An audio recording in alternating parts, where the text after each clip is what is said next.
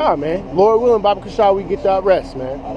And if not, then I'll die for this truth. And that's the way that every brother on this line and in every other line should feel, man. That's how you should feel, you know? Hey, man, I want my brothers to have everlasting peace and everlasting household, man. You know, I want for every brother on my right, my left, state to state, country to country, any brother that's an Israelite, I want that for everybody, man. My pops, anybody, man. And all the brothers who are pushing the word of Yahweh Hashem Yahushua, I hope all of you get the things that you want, man. Because you deserve it, you know. Lord willing, Baba Kashaw. I ain't going to sit here and try to tell you that, you know, I hold some special power or something, because I don't. I ain't shit. I may not deserve it. You know, Baba Kashaw that I do, you know, Lord willing, Ratazah, I hope so. You know, that's all that a brother can hope for. Right. I ain't perfect. You know, I know other brothers ain't perfect, man. But I want to see the elders get their kingdom, everything, man. Exactly. You know, Lord willing, they deserve that.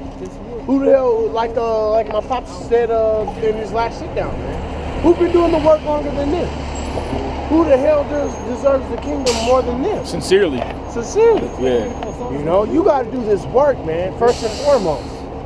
That's the most important thing you can do for Israel. My bad, brother. Is to do this work, man. Day in, day out, in season, out of season, repeatedly. That's right. Working. You know, so that little song, like that little song on 2K. Working. Right. For real, man. I've been working. Yeah. Brothers got to work, man. We got to work for this salvation, man. That's right. You know, Lord willing, we get the hell up out of here, man. And Esau goes into hardcore captivity, man. That's right. Like the brothers just said a minute ago. Hey, one of the greatest things in life is to see the downfall of your enemy, man. God.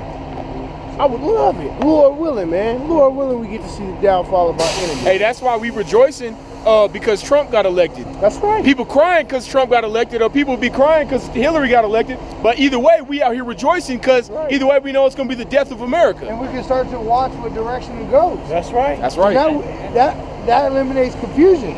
Because if Obama stood, that's right, that would have been a different story. Yeah, we're gonna keep it real with you. We'll keep it real with you, heathens and you Edomites. Hey, Trump ain't gonna save you. Period. That's the realest shit you can hear. Trump ain't gonna save not a damn one of you Edomites. He has an old interview when he was a young man, and they said, "What would you do if you go broke?" And he said, "I'd run for president." You know why? Because the banks open up to him. Exactly. That's like a blank check. Exactly. And he knows it. And he's not rich. If he was that rich as he acts to be, he would not be working no more. He would be unheard of. Right. Like the Bilderbergs, the Rothschild. You don't hear about them on game shows and shit. Right. You know, you don't see Soros over there playing what is it? Famous Apprentice. Oh, Celebrity Apprentice. Celebrity Apprentice. You don't see him on there. Yeah, you see Geraldo, who used to be part of a big movement, but just like the taskmasters in the Bible, you give that little sellout a big check, and he's like, "Yes, master, yes." Or even for that matter, you don't see the Rothschilds on TV. No. That's why Trump ain't that rich. Right. He's actually very broke, and he's very depending on those checks from the book of the movie Apprentice, or the series, whatever the hell you call that bullshit. And like I said, you can look it up in like interviews when he was like 20s and 30s. He said, "If I ever go broke, I'm running for president." Why? Because it's a blank check. That's what it is. It's a blank check. He could do whatever the fuck he wants. Like they try to say Obama made $200,000 a year being a president. He's leaving a billionaire. Yeah. 40,000. But he's leaving a billionaire right now. They said over his 8 years, he lived free for so long. But plus, he's moved money as a billionaire. That's right. So is Trump now.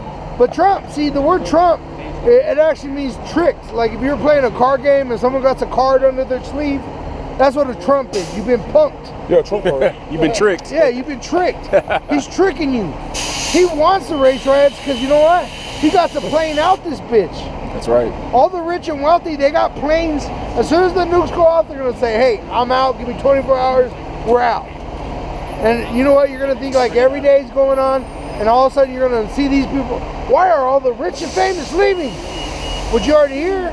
They're moving out. Exactly. And then what? nukes. Boom. Boom. Yeah. And all you're gonna see is a bright light, like looking in the sun. And you're gonna feel that heat. Then you're gonna need them shades. And then you're gonna see your kids hanging on that fence like Judgment Day. That wouldn't even be hanging on. Hey, you know what? I wanted to bring that up. The other day, I never had cable until now, but I was watching Terminator 2 Judgment Day. And when she sees that image, which I believe we got it on one of the signs. On one of them we do. Yeah, I believe. I think so. is it over there? No, it's here. This one right here. Yeah, it's got to be over there. See this image? When she has this dream. Yeah. At the beginning of the movie. Yeah, you know what she carves in the table? No fate. No fate. And the word fate means the controlling of a spiritual power controlling everything. Right. So she's saying, no, God, is what she's saying. Then she goes and she jumps in the car and everybody's like, no, Mom! Well, when she drives to a so-called Negro's house, that's supposed to be Yahweh. Right. And she's standing over him and she's like, why would you do this to us? She's Esau saying to Yahweh, why would you have formed me to destroy me? Exactly. And then she breaks down and cries. Remember the little Jake boy? He jumps in front of his daddy. He's like, no! That's Yahweh Shai. That is showing you that Esau knows they're destroyed. And if they had the chance to stick a gun in the Most High's mouth, they would. Right. They did on American Dad. American Dad. Where he's like, I got a gun. They're like, those don't work here. We use heaven guns. Yeah. Then he stole one. He put one to God's head. Yeah. I mean, they had Yahweh literally white in there with white phone here, but he put a gun to Yahweh's And they're head. showing you if they could, they would. Yeah, he said, I will kill you right now. Yeah. You know, threaten the one that Because created you. they know what future's standing for. This is their future. Why? Because they were the wicked. They're created to be that. And they can't get away from it. It's so deep in their DNA that when they have children, the children come out being vile from birth. So that's why Yahweh does not spare no children. That's right. Because we might not be able to see the spiritual side of it, but those little children are little wicked bastards from way long before. Way back. Way back. And if you watch them, just like Yahweh Shai says in the scripts, you'll be able to tell a spirit just by watching the way a kid plays. And if you watch little white kids, Edomite kids, I should say, because there ain't no white person. Yeah, they'll beat your kid up, they'll rob him, they'll rape him, they'll molest him. Oh, like it says, you know a man by what he says out his mouth. Right. What he says. That's how you know a man. And then calm down all of a sudden, like, Whoa. Sorry. Hey, Bam, that dude Bam, it's the devil, bro. that dude Bam, Monsieur, how did he make all his money? Slapping the fuck out of his daddy. that shit was hilarious. You know what I'm saying? That's Yeah. true. Used to well on him. He would slap the shit out of his pop. Yeah. And his best friend. And you're supposed to be put to death for that shit. He'd be like, slapping him, nigga taking his shit. And the dad's like, He's like, come on, He's like, oh, damn, Come on, God man. damn it. I'll get a Lambo out this thing. Come Can't on, even fit in the thing because he's so fat. I'm gonna get a Lambo out this with a little blonde bitch next to it, right? Exactly. But where's Bam today? I heard he's like bugged out. Like, Exactly. I seen the video why he did say he was Come here. dude rocked him. Got rocked on camera. Oh, he got beat up? Got rocked yeah, hard. what the fuck up, man?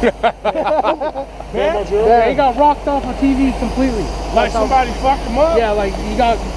Like he was doing some fuck shit and somebody was like, nigga, that's enough. Judgment came out. Hey, Yeah, long live Bam. hey, that's what's gonna happen to all you Edomites. Because you think that your power is gonna stand forever, but soon, like you see, your We society. gonna take your bitches. Hey, we gonna kill your ass. We gonna love it. we're gonna kill the males and keep the females. That's all through the power of Yahweh Shem Yahushai, man. That's right. It ain't no carnal shit. Let's hear it, because that brother's holding the perfect set for that sign right now. Go ahead, bring that out. Fuck Chelsea Ray. Look at the little Jake woman over there with the smile across the street in the bus. The lamentation is starting to come out. She's smiling hard. She's like, yeah. For good intentions. Oh, baby, I got some lamentation right here, baby. These some catch you slick. You know why? Because for a long time this has been needed. Sorry, Op. But just like in Nat Turner, Birth of a Nation, Remember, the wife said, I've been praying for someone to come and save my people. But if I only knew it, it would have been my own husband. Because you know what? We all hate this fucking society.